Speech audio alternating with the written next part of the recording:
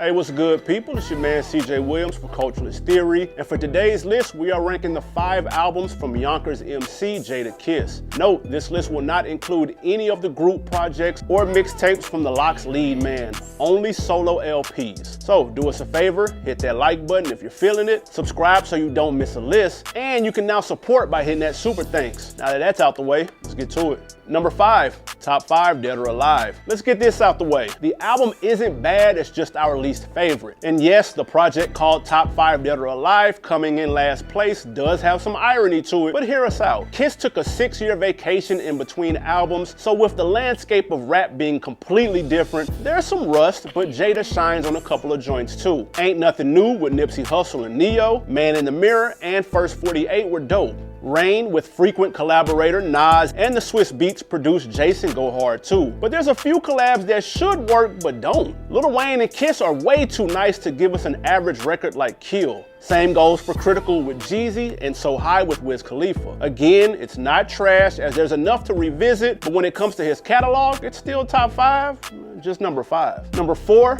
The Last Kiss. Judging by the title, at first fans were thinking this was his retirement album, but nope, just closing the chapter in the Kiss title series. The album was originally titled Kiss My Ass, which actually would have been kind of dope, but hard to sell CDs with that title in Target, so they settled on The Last Kiss. The album, while not on par as his previous two, still had strong records, making it a respectable entry in his catalog. Pharrell laced Kiss again with Rockin' with the Best and Stress Ya, while solo joints like Can't Stop Me and the Luther Vandross sampling Things I've Been Through go super hard. But the standout joint goes to the Biggie Smalls dedication on Letter to B.I.G.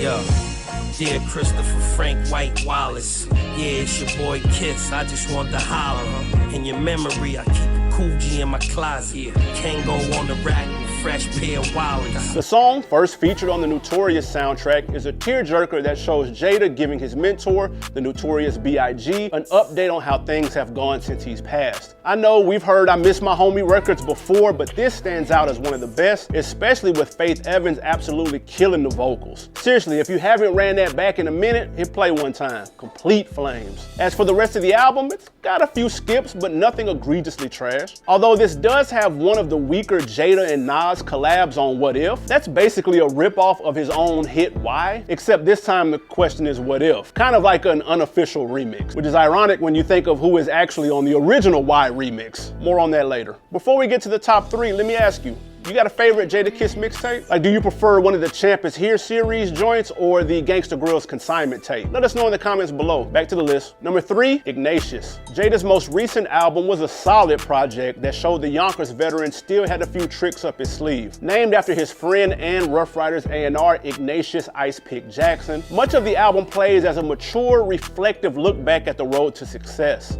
Grown man joints like Catch and Release, Kisses to the Sky featuring Rick Ross, and Angels Getting Pedicured with 2 Chainz are exactly where you would expect Kiss to be at in his career. The street joints are kept to a minimum, with really only Hunting Season featuring Pusha T giving that type of vibe off. The switch up works as Pop Smoke was murdered the same week as the original release date for this album. Jada decided to delay it out of respect. So joints like Closure really hit home after losing the talent like Pop So Young. Perfect timing for this type of project, and at 13 tracks, it's concise with little fluff. If there was a knock, it's that almost every song has an R&B hook, so if that's not your bag, then you probably didn't rock with this album too much. Number 2, Kiss of Death. Jada followed up his platinum debut with a super solid project that would birth arguably his biggest crossover single. We'll get to that in a second, but the album itself was strong, although you could say it stumbled out the gate a little. There's a touch of an identity crisis as 2 of the first 4 records have a clear West Coast influence, with Shine featuring Snoop and DJ Quick, and Time's Up with Nate Dogg. Now we know Kiss is nice and can rap over anything, but it's not exactly what was expected. Luckily, those records were solid and things heated up quickly with joints like By Your Side, Shootouts, and the aforementioned Why. The politically charged record featured Anthony Hamilton and was a global hit that also came with controversy from none other than known hip-hop hater Bill O'Reilly. He took offense to Jada's bars around 9/11, eluding that then President Bush was involved. Why do people push pounds and powder?